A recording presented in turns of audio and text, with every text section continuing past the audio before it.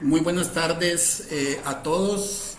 Sean bienvenidos a esta tercera actividad. Les agradecemos mucho por la puntualidad al conectarse. Les agradecemos mucho también por todo el esfuerzo que hacen para poder participar en este programa. Hemos estado pendientes de la retroalimentación que nos dan en las charlas que ya pasaron, las dos charlas anteriores. Hemos visto en los comentarios el tema de que tratemos de alinearnos al tiempo de la agenda que está propuesta. Por tal razón vamos a reducir el tiempo de cortesía para conectarse e iniciar puntualmente. Muchas gracias a todos por su puntualidad. Y les comento también que esta es la segunda cohorte del programa de fortalecimiento que estamos realizando. Y en la primera cohorte pues también hemos trabajado en acortar los tiempos, pero definitivamente tenemos que revisar nuestro contenido para podernos apegar completamente al cronograma.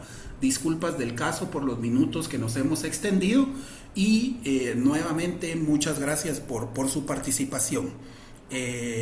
Les dejo la palabra al doctor Juan Carlos para que iniciemos con esta actividad. Gracias. ¿Me escuchan? Sí, doctor. Gracias. A ver.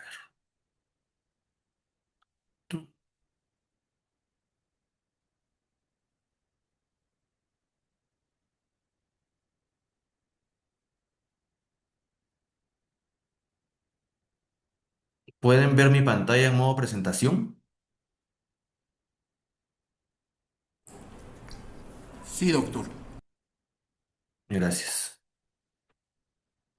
Bueno, vamos a tratar el tema del día de hoy. Este tema lo vamos a tratar de forma más simple porque tuberculosis es una enfermedad pues conocida de todo médico, pero hay que recordar que es dentro de las patologías que Sir William Osler mencionó en algún momento en su famoso tratado de medicina. Decía que tuberculosis, sífilis y lupus eran enfermedades que cualquier médico tenía que saber sí o sí, ¿verdad? Es el pan nuestro de cada día. Creo que para muchos o para algunos recordarán que los maestros decían que tuberculosis siempre es un diagnóstico diferencial, y efectivamente lo es así en Guatemala porque todavía no tenemos control. Y en VIH no es la excepción, ¿verdad? Entonces vamos a circunscribirnos a algunos temas que son crucialmente importantes en VIH, algunas cuestiones que tenemos que revisar brevemente. Hay que recordar también que las diapositivas pues tienen el objetivo de que puedan ser revisables, o sea que pueden, por ejemplo, hay dosis y en algunas cosas que pueden favorecer a veces la consulta rápida, ¿verdad? Eh, pero es un tema importante, ¿verdad? Entonces, tuberculosis es diagnóstico diferencial en muchas patologías, es una de las simuladoras hasta cierto punto, ¿verdad? Aunque tiene sus detalles y pues vamos a ver.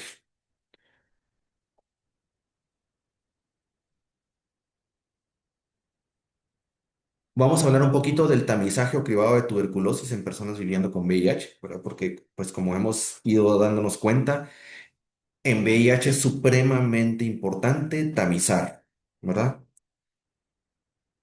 Existen muchas razones por las que nosotros tamizamos, pero una de las formas en las que podemos verlo desde una perspectiva clínica es que hay que considerar que eh, el cuadro clínico en una persona severamente inmunosupresa o en una persona con VIH avanzado puede ser sensible, pero no específico, ¿verdad? Entonces, la persona con VIH avanzado puede simular muchas patologías y a veces pueden haber coinfecciones. Entonces, no podemos darnos como el lujo del diagnóstico solo clínico en un paciente con VIH, porque eso se ha visto que retrasa los diagnósticos y puede matar a un paciente, aunque evidentemente si no tenemos acceso a diagnóstico y todo, pues tenemos que actuar rápido y como la experiencia nos lo dicte, pero la tendencia actual, de hecho, en cualquier enfermedad infecciosa es encontrar el agente etiológico, ¿verdad? Eso es lo correcto y lo adecuado, como les menciono, siempre y cuando tengamos los recursos necesarios para lograr, ¿verdad? Entonces, eso es un punto importante. Vamos a hablar un poquito de la prevención en tuberculosis en personas viviendo con VIH, ¿verdad? El cuadro clínico de la tuberculosis en personas viviendo con VIH, diagnóstico, el tratamiento de la coinfección, un poquito de detalle del síndrome de reconstitución inflamatoria inmunológica, porque es como que la enfermedad con la que clásicamente se encontró este síndrome y algunos otros puntos importantes, ¿verdad? Pero vamos a pasarlos, la mayoría, no nos vamos a detener mucho porque son cosas que me parece a mí que ustedes hacen rutinariamente en el día a día, pues, ¿verdad? Es como difícil que uno no tenga un caso de tuberculosis hospitalizado o que no tenga un caso de tuberculosis en la consulta externa, ¿verdad? Poco probable. Entonces, creo que la ventaja de este tema es que todos estamos como en la jugada. En cuanto al cuadro clínico, eh, voy a detenerme un poquitito en las cuatro preguntas que creo que todos conocemos, ¿verdad? Que son tos de cualquier duración, fiebre, pérdida de peso y sudoración nocturna. Estas cuatro preguntas en específico para VIH, lo que nos indican es que si están las cuatro negativas, existe un valor predictivo negativo del 97% para cultivos de esputo positivos. Entonces, repito esa parte. Si las cuatro preguntas están negativas, lo que demuestra un metaanálisis del 2012, que es de donde parte todo esto, es que existe un valor predictivo negativo para cultivo positivo en una persona viviendo con VIH. Es decir, que es 97% probable que nos vaya a salir negativo el cultivo, ¿verdad? Entonces, eso quiero hacer esa observación, ¿verdad? El Ministerio de Salud recomienda empezar el tamizaje con las cuatro preguntas, basándose en ese metaanálisis. Entonces, eh, les comento, posiblemente ustedes pues han requete leído ese metaanálisis, pero hay que recordar que ese es el fundamento y a veces pasa que pues no está claro de dónde viene, pero sí es muy importante esto porque ese metaanálisis se publicó antes de que se generalizara el uso de pruebas moleculares, ¿verdad? Entonces eso también tenerlo presente porque a veces hay casos con las cuatro preguntas negativas que pueden ser positivos, ¿verdad? Pero la mayoría del tiempo el tamizaje se considera, y la Organización Mundial de la Salud así lo considera, como adecuado, como primer paso para encontrar tuberculosis, ¿verdad? Entre otras cosas porque pruebas de tamiz, con excepción del TB-LAM, pero el TB-LAM que se usa con CD4 bajos, pues no hay otras pruebas suficientemente adecuadas como sí lo hay de criptococo e histoplasma, ¿verdad? Los resultados del cribado, pues esto que les digo, negativo, ausencia de los cuatro síntomas, ¿verdad? Y positivo, uno o más síntomas, ¿verdad? Eh, entonces eso es importante. También tener presente lo que les mencionaba, a más bajo el CD4, también la eficacia del cribado puede ser menor, ¿verdad? Porque el paciente con CD4 bajos puede ser pausisintomático u oligosintomático o a veces incluso parecernos asintomático y tener TB activo. Entonces, esas son cosas que tenemos que valorar, ¿verdad? Por eso es crucialmente importante que uno en una emergencia o en una evaluación clínica ambulatoria identifique claramente que estamos ante un paciente inmunosupreso. Este cribado se debe hacer en cada contacto clínico, ¿verdad? Permite la detección temprana y pues eso hay que considerarlo, ¿verdad? Eh, Este cribado también o este tamizaje está relacionado con el TAR y la terapia preventiva para tuberculosis, ¿verdad? Entonces, si tenemos un paciente viviendo con VIH que tiene cribado negativo y no tiene ninguna otra contraindicación, pues podemos iniciar tratamiento antirretroviral y tratamiento preventivo para tuberculosis, ¿verdad? Entonces, eso con bastante tranquilidad, ¿verdad? Nosotros tuvimos un tiempo en el hospital que estábamos haciendo diagnóstico de tuberculosis latente, pero la realidad de las cosas es que los estudios dan mucho soporte al inicio de terapia preventiva para tuberculosis en pacientes que tienen cribado para TB negativo, ¿verdad? Y la sobrevida es mejor. Vimos en el estudio de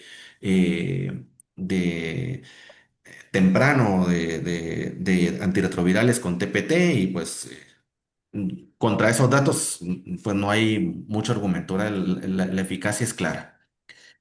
Eh, ¿Qué otras cosas podemos utilizar para cribado o para tamizaje de tuberculosis en personas viviendo con VIH, ¿verdad? Entonces existen otras pruebas que son clásicas y que todos usamos para encontrar pacientes viviendo con VIH. Primero el TB-LAM, ¿verdad? El TB-LAM tiene mayor eficacia a menor CD4, de preferencia menor de 200 CD4, con menos de 100 CD4 tiene todavía mayor eficiencia, ¿verdad? Si está positivo, hace la tuberculosis activa altamente probable, ¿verdad? La sensibilidad en este caso disminuye con el CD4 alto, ¿verdad? Y el TB-LAM negativo no excluye tuberculosis, ¿verdad? Entonces, sirve para tamizaje y para apoyo diagnóstico rápido en pacientes viviendo con VIH, ¿verdad? Surgen casos como los de la pregunta de la primera charla, donde un TB-LAM uno no sabe cómo interpretarlo porque el paciente clínicamente no pareciera tener ningún dato de tuberculosis. Entonces, eh, pues no hay un algoritmo preciso para los casos, digamos, que se salen del libro o de la guía, pero lo que sí se puede afirmar con bastante seguridad es que si estamos ante un paciente con VIH avanzado, se le hace una prueba de TB-LAM, la TB es altamente probable, posiblemente sin importar el cuadro clínico del paciente, ¿verdad? Hay que recordar también que el TB-LAM no solo sugiere fuertemente que el paciente tiene tuberculosis, sino que también se ha visto que está positivo en formas diseminadas de tuberculosis o formas que en el tiempo pueden volverse graves. Entonces, riesgo-beneficio ante la duda y por supuesto que siempre dependiendo del cuadro clínico de nuestro paciente, pues hay que tratar, ¿verdad? Y si está en nuestra posibilidad, terminar de hacer diagnóstico. Otros marcadores que se han revisado es la proteína C reactiva, ¿verdad? Porque se ha visto que la proteína C reactiva, cuando aumenta, hace aumentar la posibilidad de TB o infección grave, aunque sabemos que la PCR también puede aumentar en infecciones bacterianas, en sepsis, en histoplasma, ¿verdad? O sea, no es específica, pero si estamos sospechando tuberculosis y la PCR está alta, nos ayuda en la confirmación diagnóstica, ¿verdad?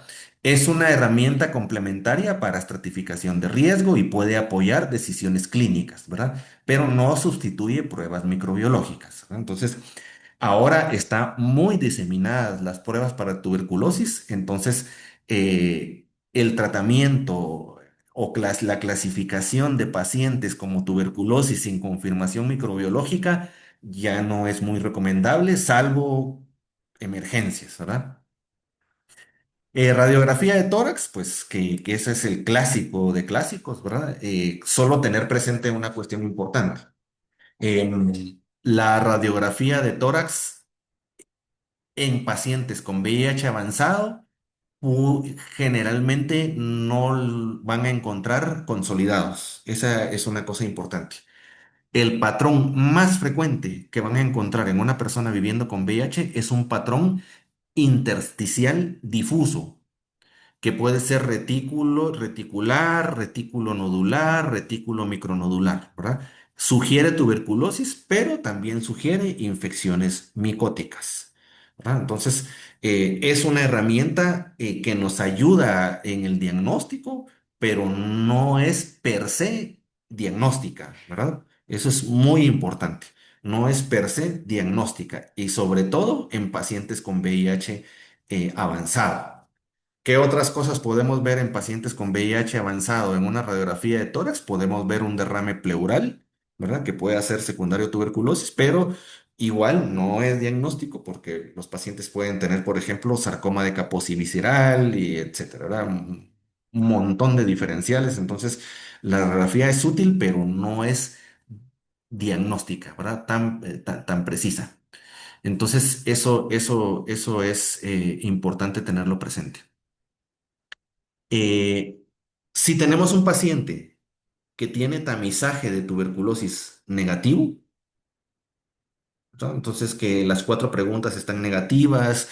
Tenemos un paciente con severamente inmunosupreso al que le hicimos Tivilam y está negativo.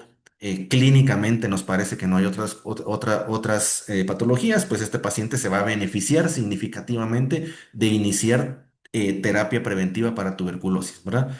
Sabemos que reduce la incidencia de TB activa y reduce la mortalidad asociada a TB y VIH.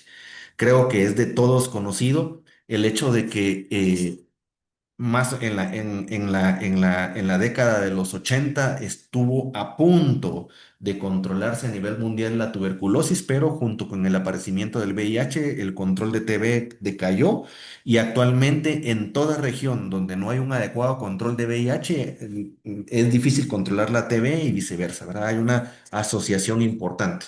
Hay que recordar que la inmunosupresión por VIH favorece tuberculosis y la tuberculosis empeora la inmunosupresión en pacientes viviendo con VIH, ¿verdad? Entonces eso es importante. El beneficio de la terapia preventiva para tuberculosis es independiente del estado inmunológico y del uso de TAR. Es decir, aun si no le iniciáramos TAR, el paciente se beneficia de terapia preventiva para tuberculosis y por supuesto que si le iniciamos TAR, todavía es mejor, ¿verdad?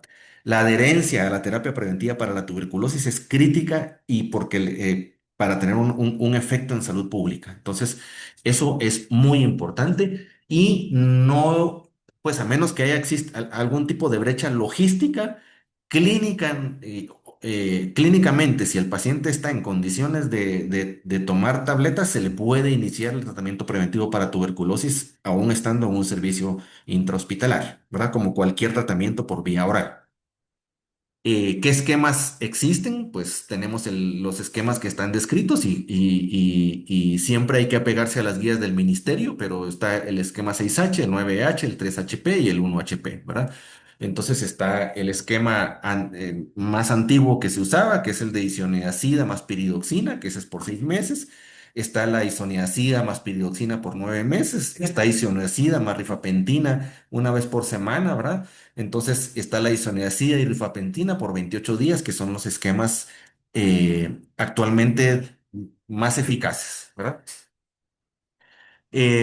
Los esquemas que tienen rifapentina presentan mejor adherencia y menor abandono. Eso es una cosa importante porque son esquemas claramente más cortos, ¿verdad? Siempre hay que considerar que hay que evaluar interacciones farmacológicas, ¿verdad? Porque todas las rifamicinas incluida la rifapentina y la rifampicina, tienen interacciones farmacológicas, ¿verdad? No iniciar terapia preventiva para tuberculosis si existe sospecha clínica o microbiológica de TB activo, ¿verdad?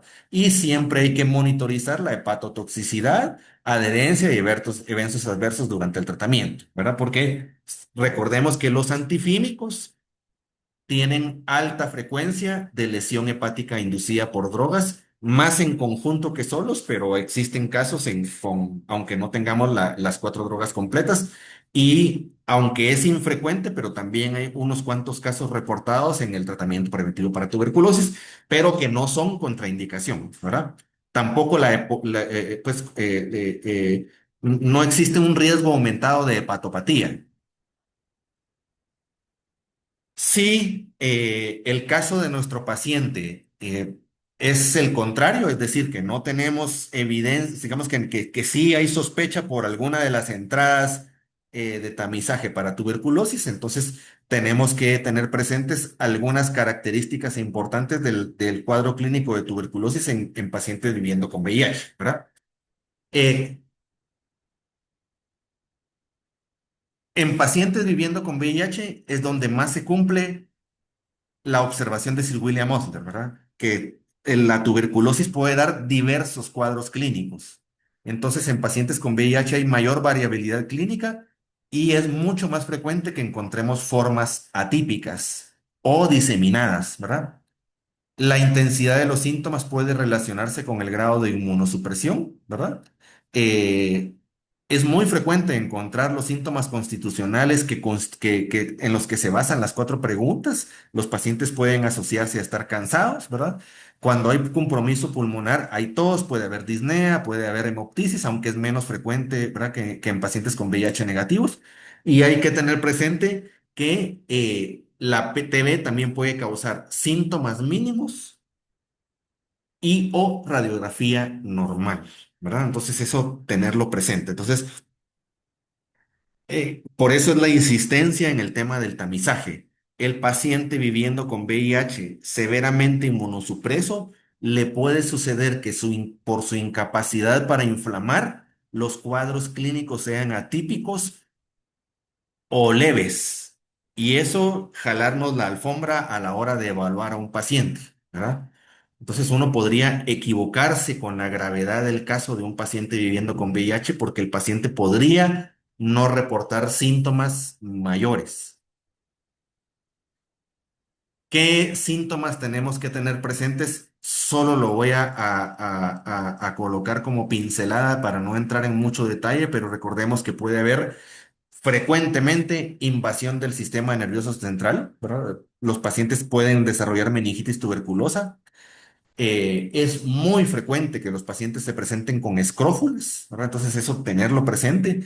Puede haber tuberculosis abdominal, podemos encontrar formas diseminadas, ¿verdad? Y tener presente que las formas diseminadas se asocian a alta mortalidad si el diagnóstico es tardío, ¿verdad? Entonces, por eso es que hay que tamizar, tamizar, tamizar, tamizar, tamizar, ¿verdad?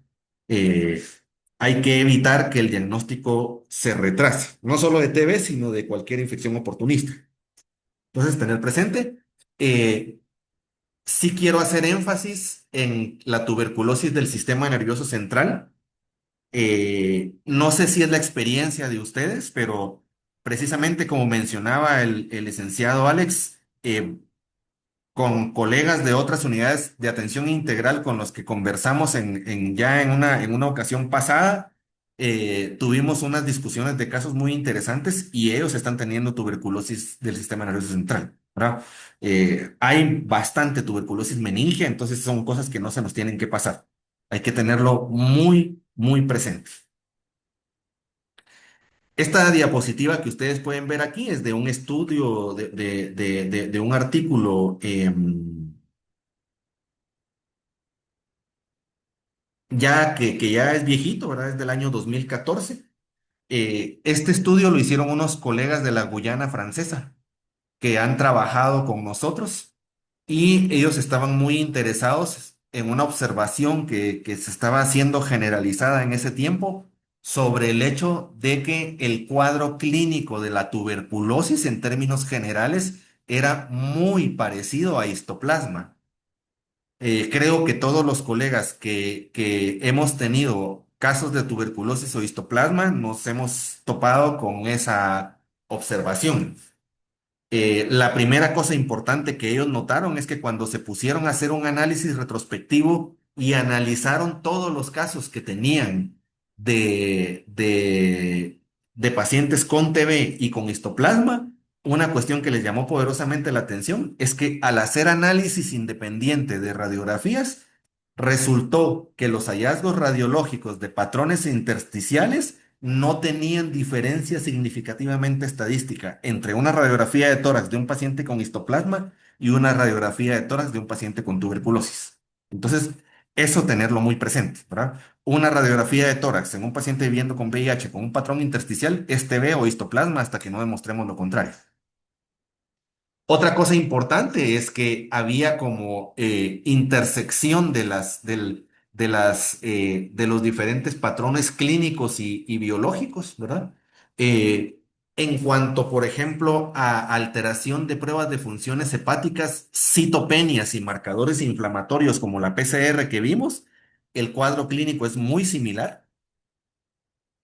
solo en la esfera pleuropulmonar es un poquito más frecuente los síntomas en tuberculosis, en linfadenopatía se parecen y en síntomas abdominales también se parecen, ¿verdad? Entonces eso hay que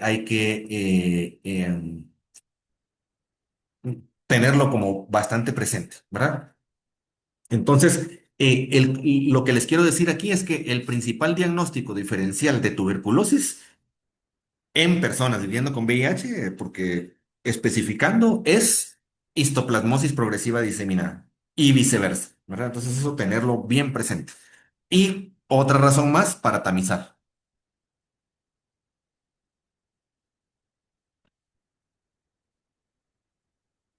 En cuanto a los métodos diagnósticos, pues esta diapositiva resume las tinciones y cultivos. Entonces, tenemos que tener presente que en cuanto a tinciones, pues existe Sil-Nielsen y auramina rodamina, ¿verdad? Están los cultivos que son sólidos, como el Lowest Jensen, que todos conocemos, o el Midget, que es un cultivo líquido, que tiende a ser más rápido, ¿verdad? Eh, pues tenemos que tener muy presente que el paciente con VIH es prototípico de ser un paciente con tuberculosis activa que sea bacilífero negativo, ¿verdad? Entonces eso es importante porque el paciente viviendo con VIH puede ser paucibacilar. Entonces tiene baja sensibilidad. Una tinción de cualquier tipo negativa claramente no descarta tuberculosis, ¿verdad? Em, el cultivo sigue siendo el gol estándar, pero tenemos que tener presente que tiene cierta tardanza, ¿verdad? Es un poquito mejor el cultivo líquido, que es el millet, ¿verdad? Que tiene mayor sensibilidad y pues es más rápido que el cultivo sólido, ¿verdad? Y se utiliza como un estándar de referencia. Entonces eso, tenerlo presente. Pero y no voy a entrar yo en detalle de fundamentos o microbiología de las pruebas, pero sí tener presente que, digamos que son eh, pruebas que hay que hacer, pero que actualmente las pruebas moleculares son el estándar para trabajar más rápido, ¿verdad? Y el TB-Lang, por supuesto, sí lo tenemos. Entonces, de esa cuenta estamos, por ejemplo, con el Expert MTB RIF, que era el anterior. Ese tiene una sensibilidad del 73% y especificidad del 99%, ¿verdad? El Exper Ultra, que es el que la mayoría usamos, pues tiene sensibilidades que varían entre el 90 y 96% y entre el 80 y el 95%, dependiendo de si el paciente es VIH positivo o no y si la muestra es pulmonar o no, ¿verdad? Entonces, está validado ya para utilizar en líquidos, principalmente el líquido cefalorraquídeo, por ejemplo, donde tiene tienen sensibilidades importantes, ¿verdad? Eh, Está el TB-Lam, que pues es lo que ya mencionamos anteriormente, que tiene el problema del TB-Lam es que tiene una sensibilidad dependiente del CD4, ¿verdad? Si lo vemos, las sensibilidades no son tan altas como quisiéramos y la especificidad pues puede variar también desde un 84 hasta 96% en esputo, perdón, dependiendo de la tipología de los pacientes. El TB-Lam negativo no descarta tuberculosis. TB-Lam positivo, si el paciente a mayor inmunosupresión, pues hay que tomarlo como mucho más probable que sea TB, principalmente por lo que les mencionaba anteriormente, que se han hecho estudios donde el paciente con TB positivo selecciona casos que pueden ser graves o tornarse graves en el transcurso del tiempo, ¿verdad? Claro que también pueden existir unos cuantos casos de falsos negativos, pero en términos generales hay que considerarlo como positivo. Y pues existe una nueva generación de LAM que está en estudio que puede ser útil para hacer el líquido cefalorraquídeo. La disponibilidad actualmente es limitada, nosotros no tenemos y está solo como en algunas cuantas publicaciones, pero tenerlo presente porque en todos los lugares del mundo donde hay VIH avanzado todavía se han dado cuenta de que la frecuencia de TB meningia es alta. Con esto vuelvo a mencionar un comentario que creo que les mencioné en la primera charla, pero si no lo vuelvo a mencionar. que eso le es útil a uno o a un médico que está en las emergencias, y es el hecho de que hay muchos estudios de pacientes en edades, digamos, que se podría considerar reproductiva, ¿verdad? Donde si se encuentran pacientes adultos con alteraciones neurológicas cuya etiología es poco clara, ese es un paciente que tiene indicación para hacer prueba de VIH y buscar infecciones oportunistas, ¿verdad? Porque se ha visto que a los hospitales y a las emergencias de los hospitales, generalmente los pacientes viviendo con VIH no consultan por cuestiones de comportamiento. Tal vez algo si relacionamos las infecciones de transmisión sexual dentro de esa categoría, sino que casi siempre está relacionado con el cuadro clínico.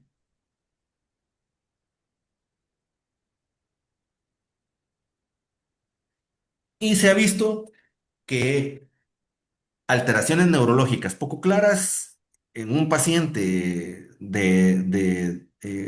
joven o un adulto que no está en edad avanzada, sospechoso de VIH, ¿verdad? Entonces eso hay que tenerlo presente. De hecho, nosotros conocimos un caso de un paciente que en un hospital X, eh, a los 30 años, cumplió criterios que eran muy sugestivos de un S-base isquémico.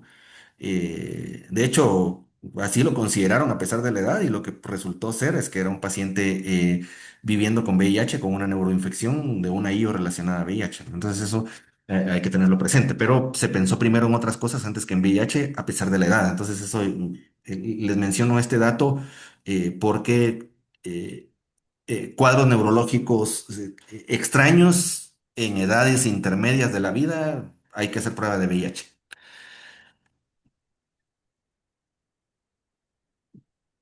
Eh, en cuanto al tratamiento para tuberculosis sensible, pues estas son, como les mencionaba, cosas que son pan nuestro de cada día para todos ustedes. Yo les voy a mencionar las diapositivas que siguen. Lo que tienen es los esquemas anti-TB que el Ministerio de Salud recomienda, y los que en términos generales, salvo casos específicos, se modifican, pues son los que tienen en los hospitales, ¿verdad? Entonces aquí podemos ver en la diapositiva el tiempo y las dosis de tratamiento para los diferentes tipos de tuberculosis, ¿verdad? Por ejemplo, para TB pulmonar o extrapulmonar que no sean meningios, son 50 dosis, ¿verdad? De fase de inicial, con 105 dosis de fase de continuación. TB osteoarticular aumenta la fase de continuación, y por supuesto TB meningia es todavía más extendida la fase de consolidación, ¿verdad? Entonces eso es importante tenerlo presente. Eh, en cuanto a la tuberculosis sensible, ¿verdad? Entonces hay que considerar que el país recomienda el uso de dosis fijas combinadas. Adelante. Hola. ¿Aló? ¿Me escuchan? Sí, doctor, le escuchamos. Gracias. Entonces, pues en el Ministerio de Salud se recomiendan las dosis fijas combinadas, que creo que es de conocimiento de todos. No me voy a detener a detallar la dosificación. Ustedes pueden verla en la diapositiva. Está tomada literal del manual y de la circular del Programa Nacional de Tuberculosis. Tal vez sí quisiera hacer énfasis en que nosotros hemos observado un fenómeno, y con algunas de las colegas de los hospitales de Quiché y eh, Jovan. de Cobán, gracias, sí. Hemos visto, bueno, y con otros colegas en algunas de las reuniones de antirretrovirales, hay un fenómeno de aumento o de alteración de pruebas hepáticas. Algunos colegas sospechan que pudiera estar relacionado con que las dosis de tableta fija combinada es como difícil ajustarla realmente al peso del paciente, y pacientes con poco peso posiblemente la dosis no sea la más adecuada. Entonces eso es algo que no podemos, yo no me animaría a confirmar, pero sí puedo afirmar claramente que tenemos bastantes casos de pacientes con lesión hepática inducida por drogas usando antifímicos. Entonces, es un fenómeno que se los dejo para análisis, pero lo que nos han recomendado, y pues de hecho es la recomendación, es que hay que reportar a los comités de farmacoterapia del hospital cuando uno sospeche, cuando uno vea lesión hepática inducida por drogas o cuando haya sospecha de cualquier efecto adverso, porque a veces la razón por la que no se modifican los esquemas es porque, digamos que los reportes aislados son anecdóticos, ¿verdad? Entonces, se necesitan datos sólidos y robustos de todas las regiones para poder confirmar, ¿verdad? Claro que nuestros pacientes tienen em, riesgo de tener hepatopatía por otras razones, pero se los dejo como un fenómeno importante porque me imagino que ustedes también tienen bastante frecuente lesión hepática inducida por drogas, lo cual nos pone en dificultades en el seguimiento, principalmente de pacientes hospitalizados, ¿verdad? Aquí están las dosis por kilo de peso ya en las tabletas sueltas, ¿verdad? Que es como es más fácil de manejar en los casos de pacientes con TB sensible, ¿verdad? Yo no voy a entrar al tratamiento de TB resistente porque eso sería otro tema y nos necesitaríamos otra hora ¿verdad? Entonces, eso es importante tenerlo presente. Tampoco les voy a detallar la dosificación porque hay que verla por kilo de peso, como se puede ver en la diapositiva, y que ustedes, imagino, lo tienen en sus manuales del Programa Nacional de Tuberculosis o en las circulares que ha mandado el Programa Nacional. Quiero detenerme unos minutos en este tema que sí es crucialmente importante en el contexto de pacientes viviendo con VIH y es el hecho de que se ha documentado que la mortalidad y la morbilidad reducen notablemente si yo inicio tratamiento antirretroviral en una persona viviendo con VIH y ese efecto positivo es todavía más intenso si el paciente está con VIH avanzado y todavía más intenso si el paciente está severamente inmunosupreso que el paciente severamente inmunosupreso se define como aquel que tiene menos de 50 células CD4. Entonces, eso significa que todo paciente con tuberculosis se beneficia del inicio de tratamiento antirretroviral, pero los que más se benefician son los que tienen menos de 50 células CD4, ¿verdad? Entonces, esa es una primera cosa. Pero de ahí viene el punto de que, ¿qué pasa si yo inicio muy rápido y el paciente hace iris, ¿verdad? O síndrome de reposición inmunológica inflamatoria por la recuperación inmunológica secundaria al TAR. La totalidad de guías que ustedes pueden ver en esa diapositiva, que prácticamente todas son 2025, recomiendan que el tratamiento antirretroviral de forma unánime se debe iniciar durante las primeras 2 semanas posteriores al inicio del tratamiento para la tuberculosis, ¿verdad? Esto significa que el paciente va a tener el máximo beneficio si yo inicio el tratamiento antirretroviral antes de que el paciente cumpla 2 semanas de de haber iniciado el tratamiento antifímico, ¿verdad? Entonces eso es importante y es más importante en personas viviendo con VIH que tienen menos de 50 células CD4, ¿verdad? Entonces eso es crucialmente importante mencionarlo. Existen algunos debates actualmente sobre el hecho de iniciar incluso el mismo día. La evidencia todavía no es contundente, aunque existen unos estudios que se están publicando. Por ejemplo, hay un estudio ahorita recientemente publicado de una evaluación que se hizo en un lugar de África que se llama Lesoto, donde a los pacientes viviendo con VIH les iniciaron en paralelo antifímicos y antituberculosos, y en términos generales les fue bien. Eh, Hay algunas cuestiones ahí que hay que revisar del artículo, pero por ahora pareciera que a los pacientes les ha ido bien, entonces son cosas que tenemos que tener presentes, ¿verdad? Entonces, la indicación actual es que debe iniciarse dentro de las primeras 2 semanas a partir del día que el paciente inició el tratamiento antituberculoso, ¿verdad? Entonces, es un consenso prácticamente unánime de todas las guías, tal vez las más importantes que nosotros usamos o debemos usar. ¿Qué esquemas antirretrovirales son los preferidos en pacientes que tienen tuberculosis y VIH? El esquema preferido es un esquema donde se agregue dolutegravir y dos inhibidores de la transcriptasa reversa nucleósidos nucleósidos, ¿verdad? En este caso, el famoso TLD, y se agrega una tableta extra de dolutegravir por las interacciones farmacológicas, ¿verdad? Entonces, eso por el uso concomitante con rifampicina. Existe la observación sobre el tenofovir alafenamida, porque pues, sí hay cierta interacción entre el tenofovir alafenamida y la rifampicina, aunque en algunos casos particulares hemos utilizado el esquema de Tafel más dolutegravir y realmente no les ha ido mal a los pacientes, pero si somos estrictos o apegados a la literatura lo que recomendaría es TLD más dolutegravir, ¿verdad? Entonces, Tafed en circunstancias particulares. Em, Alternativa a utilizar efavirenz, que es una droga que prácticamente ya no tenemos, que no requiere ajuste, ¿verdad? Inhibidores de proteasa, definitivamente no, porque tienen interacciones significativas con la rifampicina. Entonces, eso es importante para tenerlo presente. Eh,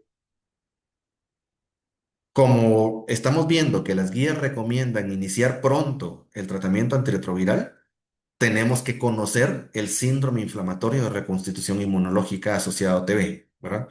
Porque es posiblemente la enfermedad oportunista donde más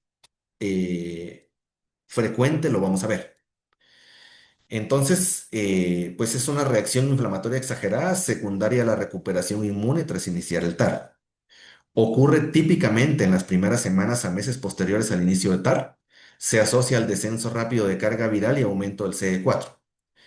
Es más frecuente en personas con CD4 menor de 50 copias y pacientes que tienen alta carga micobacteriana. Puede manifestarse como un empeoramiento clínico paradójico o puede aparecer como nueva manifestación inflamatoria, ¿verdad? El síndrome de reconstitución inmunitaria inflamatorio no representa falla terapéutica ni resistencia al tratamiento antituberculoso. Esto es muy importante tenerlo presente, ¿verdad? Y puede ocurrir en las primeras semanas o meses posteriores al TAR. Entonces, tenerlo presente porque al paciente hay que observar. Existen dos tipos de iris asociados a tuberculosis. El paradójico. El paradójico no es más que un empeoramiento clínico de una TB ya diagnosticada y en tratamiento, ¿verdad? Es decir, un paciente que ya sabíamos que tenía tuberculosis, le iniciamos antifímicos, le iniciamos targa y nos hace iris.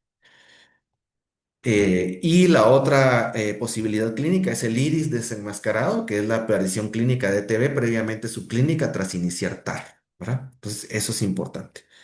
En cuanto al manejo, hay que continuar el tratamiento antirretroviral. Tenemos que considerar que el uso de esteroides sistémicos en iris moderado a grave sí está recomendado, ¿verdad? Entonces, es posible utilizar esteroides, pero tenemos que evaluar en la condición clínica de nuestro paciente, ¿verdad?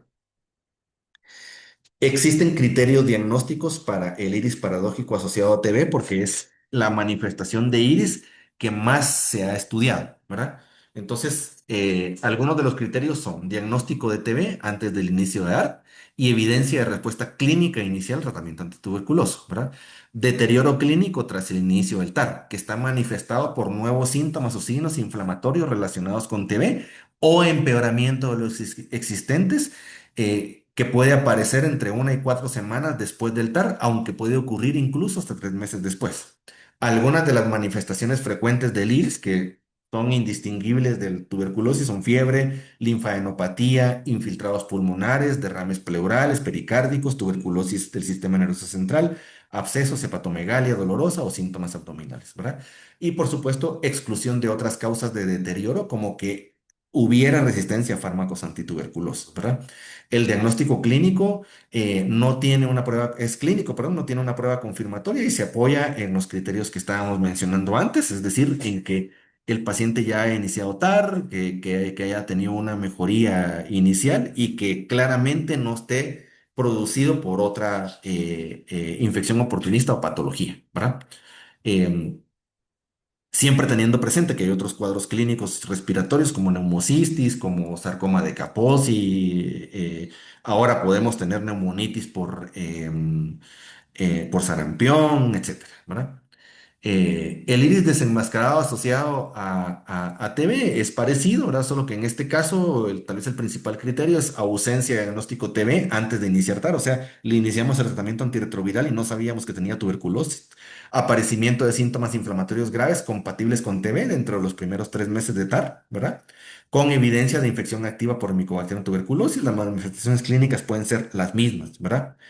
El cuadro clínico es más inflamatorio de lo esperado para una presentación típica, ¿verdad? Y puede haber asociación a recuperación inmunológica, es decir, aumento del conteo de CD4 y también puede haber relación con disminución de la carga viral. Y por supuesto siempre requiere la exclusión de otras causas etiológicas. Entonces, eso tenerlo presente, ¿verdad? Porque es el principal riesgo que tenemos en un paciente.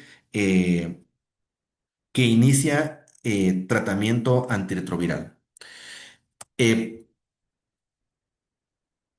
Existen algunos estudios que yo no voy a colocar aquí al respecto de que se está valorando la posibilidad de que se puedan utilizar conjuntamente con el inicio de targa y antifímicos esteroides para prevenir SIRI.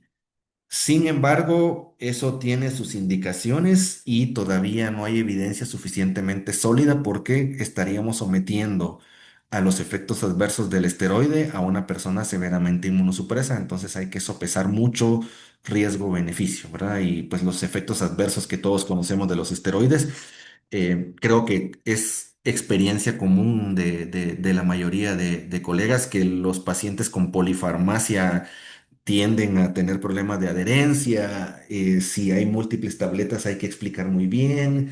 Los esteroides son muy delicados para poder utilizarlos el tiempo sin que haya problemas del eje. Después hay que hacer una disminución progresiva, etcétera. Entonces, no es algo fácil ni algo que se vaya, por lo menos por ahora, a recomendar de rutina, pero lo dejo porque está escrito, ¿no? O sea, en algunos lugares lo hacen.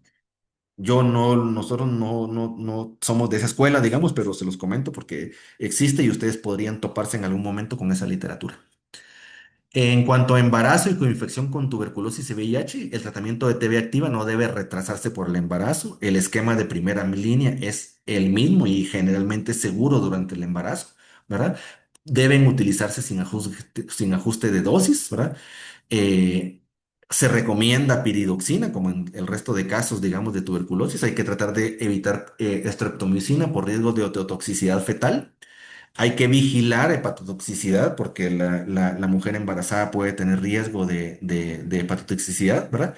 Y el tratamiento adecuado reduce la mortalidad materna. Entonces eso, tenerlo presente, ¿verdad? Porque este es uno de los escenarios que nosotros no quisiéramos en tener que atender, pero puede pasar pues en general el tratamiento de la IO es lo que se prioriza. Porque si la IO no se trata, se muere la madre y se muere el feto. Entonces, ahí está el problema, ¿verdad? Pero en términos generales, pues estas son las recomendaciones en casos de embarazo y con infección con tuberculosis y VIH, ¿verdad? Entonces, así de forma muy sucinta y muy resumida, esto es lo que les traía al respecto de tuberculosis. Solo quisiera enfatizar eh, que se está buscando mucho prevención, que hay que tamizar para tuberculosis sí o sí, que eso yo sé que todos lo hacen, pero junto con el tamizaje hay que buscar histoplasma y criptococo, ¿verdad? Recordar que histoplasma y tuberculosis son el principal diagnóstico diferencial una de otras, que la radiografía de tórax puede ser indistinguible. eh, Hay que recordar que hay mucha frecuencia de tuberculosis meningia y del sistema nervioso central y que no se nos debe de olvidar, ¿verdad? Y recordar que si iniciamos tratamiento antirretroviral, el paciente nos puede hacer SIRI, ¿verdad? No es razón para no iniciarlo, pero sí es razón para que nosotros lo tengamos presente. Entonces, Eso es lo que yo les tenía para el día de hoy. No sé si hay alguna pregunta o comentario, o no sé, Alex, si usted tiene ahí algo para dejarlo con la palabra. Muchísimas gracias, doctor, por la presentación tan valiosa. De momento no hemos capturado preguntas en el chat.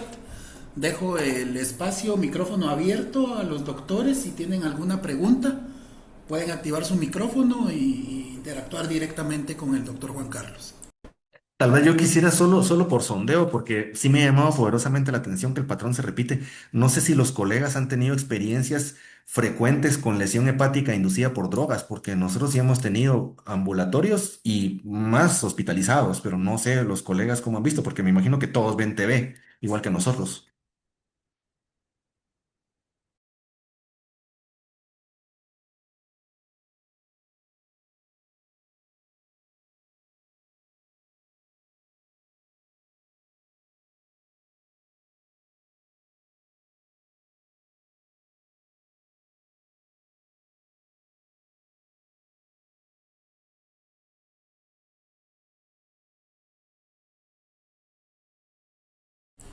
La doctora Karina dice que en Escuintla sí han tenido, que sí, sí, sí, pues me parece con sentido, ¿no? Porque sí pasa.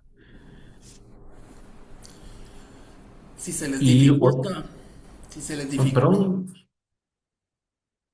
pueden escribir.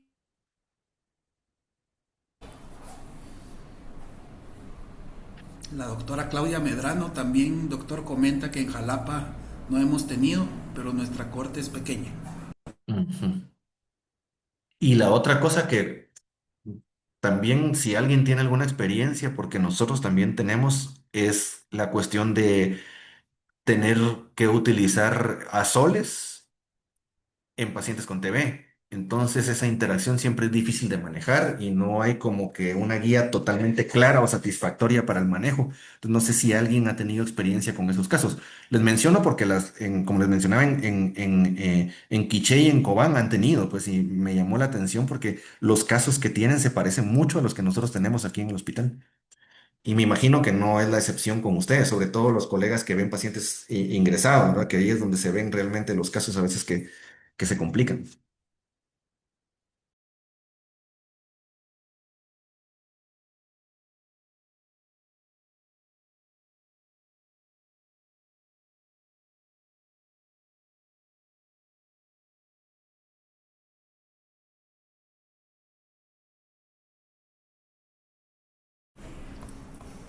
Sí, Alguien, doctora doctora, Aguilar. por favor.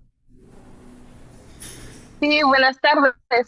Sí, fíjese, doctor, que aquí en Esquilca, pues sí hemos tenido casos que hemos tenido que suspender tratamiento, los dos, tanto antirretroviral como antifímicos. Como trabajamos muy de la mano con el centro de salud, inclusive han sido ingresados los pacientes en el Hospital San Vicente, ¿verdad? Pero sí hemos tenido unos cuantos pacientitos así, ya que nuestra corte, pues sí es un poquito grande para tuberculosis. Gracias, doctora, le agradezco mucho. Gracias, gracias. Ok. Gracias, doctora. Doctora, disculpe, la cohorte de Escuintla.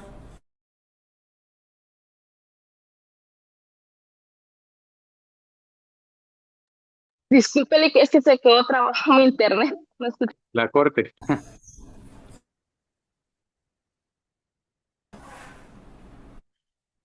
Yo creo que le está preguntando tal vez cuál es la cohorte que tienen ahorita, doctora. Ah, fíjese que ahorita exactamente el dato sí no lo tengo, pero sí manejamos un grupo grande de pacientes con tuberculosis. Doctora Cal. Tengo una duda respecto a qué pacientes son los que se refieren al Hospital San Vicente de Paul, porque yo recibí un traslado de la UAI de Zacapa y el paciente tiene como antecedente que tuvo tuberculosis resistente y estuvo hospitalizado en el San Vicente de Paul, pero no sé por qué causa lo refirieron de esa unidad de atención integral.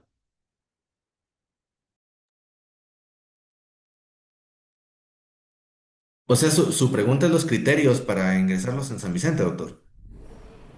Ajá, si los multidrogos resistentes se refieren al San Vicente. Sí, nosotros lo referimos a San Vicente, entre otras, por dos razones. Una, porque el esquema para resistentes no es fácilmente accesible y el Programa Nacional de Tuberculosis para esos casos incluso hacen discusiones de caso, ¿verdad? O sea, lo discuten con el equipo y con la doctora ahorita se me escapa el nombre, pero que es infecto del Roosevelt y que es la encargada y la que asesora el programa de tuberculosis y entonces discuten el caso y generalmente si amerita hospitalización en San Vicente, cayendo a la siguiente cuestión, que sería el hecho de que si tenemos un paciente con TB activa con resistencias, tenemos que tener un lugar adecuado para aislarlo. Y por ejemplo, nosotros en el Hospital General no tenemos por la saturación que hay tan severa de pacientes, ¿verdad? Entonces, ese sería el punto. Como no sabemos de qué las razones, mm, el único problema, pero es observación personal, ¿verdad? O sea, no podría yo como hacer una generalización o darle que sea una regla, pues, pero el único problema que yo he visto en San Vicente es que San Vicente no tiene capacidad para manejar casos que se complican. Entonces, ahí está el detalle, digamos, ¿verdad? Eh, por ejemplo, si alguien les hace insuficiencia suprarrenal por TB, o TB, manejo de TB meningia, si el paciente está muy severo o si un paciente lo tiene en estado de choque, creo que las capacidades del hospital en sí no son tan, pues como otros hospitales que tienen un nivel un poquito más alto de atención de emergencias, ¿verdad? Ahora, lo que es TB pulmonar, eso sí tienen capacidad, pero en otras cosas, por lo menos la observación que hemos tenido nosotros es que no, eh, digamos que para el paciente muy grave, las capacidades de manejar, por ejemplo, un estado de choque no son muy buenas. Entonces, podría ser que por ahí, ahora si el paciente que le mandaron está estable, habría que ver qué pasó ahí. Lo que se puede hacer es preguntar al médico que lo envió, ¿verdad? Que es en Zacapa, me dijo, ¿verdad? Sí, doctor. Ahí está la doctora Claudia Mazariegos, ella es bien, es muy atinada y es muy accesible, se le puede preguntar, doctor, y yo estoy seguro que si ellos conocen el caso, le pueden retroalimentar mejor, ¿verdad? Para no elucubrar, pues habría que ver qué tiene el pacientito, pero la doctora puede asesorarlo, doctor, yo diría que sin problemas, ellos es muy accesible. Gracias, doctor. Doctora María Eugenia tenía la mano levantada. Sí, gracias. Solo era para comentar, eh, para pues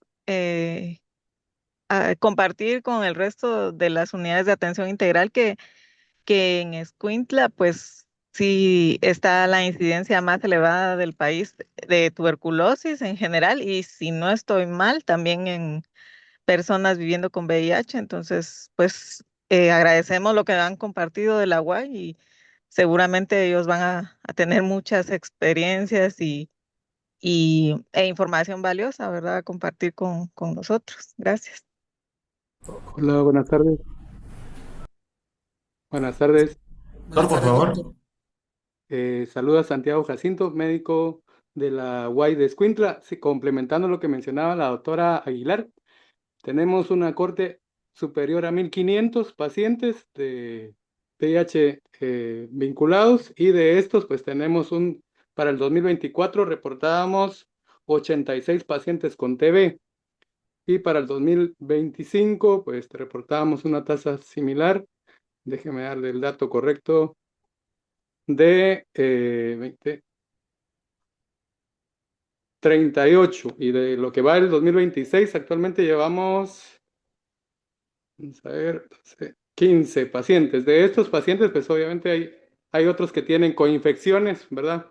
Entre estas mencionamos generalmente, esto es una de las que se ha presentado ahorita con este dato. Tengo aquí la estadística, solo que se me va a ver ir un poco. Bueno, en relación a lo otro es que mencionaba La doctora Karina, hemos tenido casos, los casos que en algún momento hemos tenido con lesión hepática, generalmente algunos han sido manejados en el hospital de Escuintla. Y complementando, como bien decía ella, tenemos comunicación directa con el centro de salud o la dirección de área de salud. Algunos de estos pacientes hubo necesidad en algún momento de escalonar el tratamiento, sobre todo el antifímico, ¿verdad? Se fue titulando los antifímicos gradualmente de acuerdo a cómo el paciente iba evolucionando.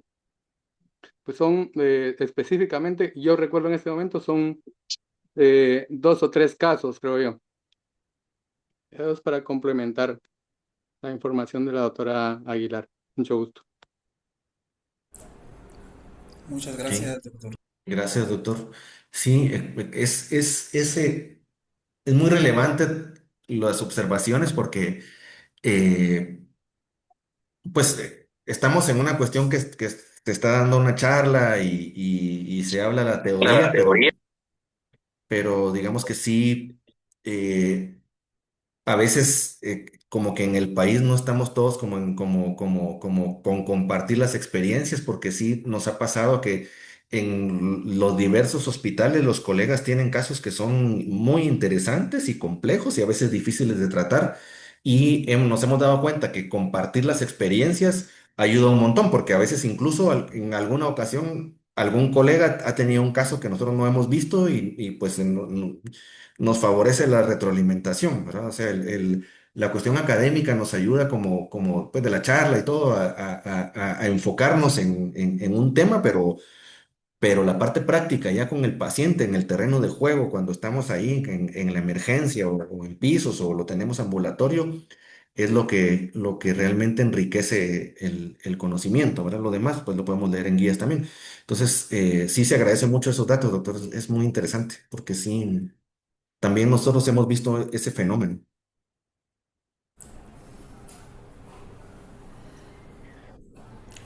Muchas gracias, doctor Manuel. Vi que activó su micrófono, no sé si quería agregar algo.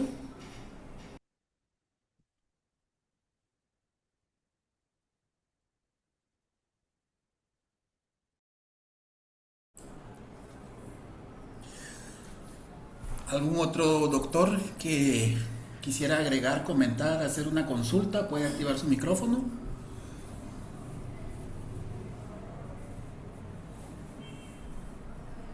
Sí, yo nuevamente, de Escuintla. También, doctor, con respecto a los inicios de tratamiento antirretroviral y antifímico juntos, pues según las nuevas guías ahora, pues tenemos que iniciar los dos, ¿verdad? El mismo día, si se pudiera. Pero yo soy de la opinión, bueno, yo creo que todos, ¿verdad? Que cada paciente es individualizado. Nosotros aquí en Sprinter hemos tenido que el paciente en la primera consulta, pues a veces las transaminasas y bilirrubinas pues duplican o triplican el valor normal.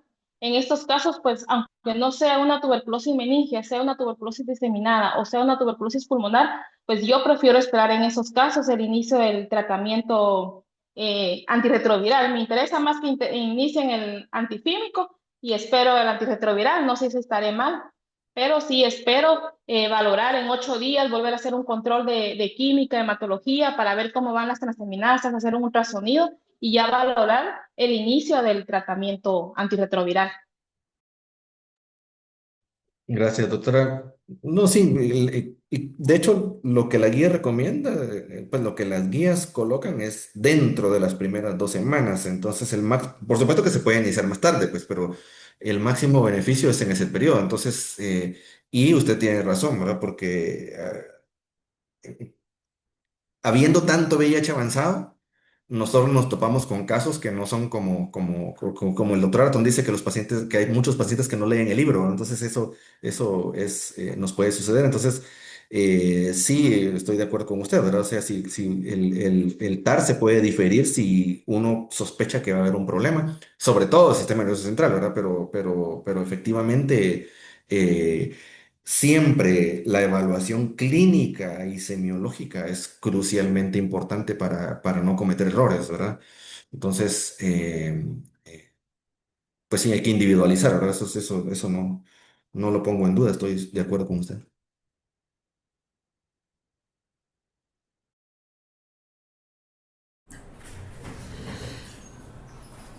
Muy bien, les quiero agradecer nuevamente a todos por su participación. Los esperamos la próxima semana. Pueden siempre ingresar a la plataforma para verificar las actividades y les recuerdo que la asistencia para la actividad del día de hoy ya está disponible en el sistema, la pueden marcar y pueden completar la encuesta de esta actividad, a la cual nosotros estaremos pues atentos a sus comentarios. Me despido de todos, tengan un feliz fin de semana y nos vemos la próxima semana. Y cualquier cosa que necesiten nos pueden escribir con WhatsApp, nosotros con mucho gusto les estaremos dando apoyo. Feliz día, gracias. Buenas Feliz tardes. tarde.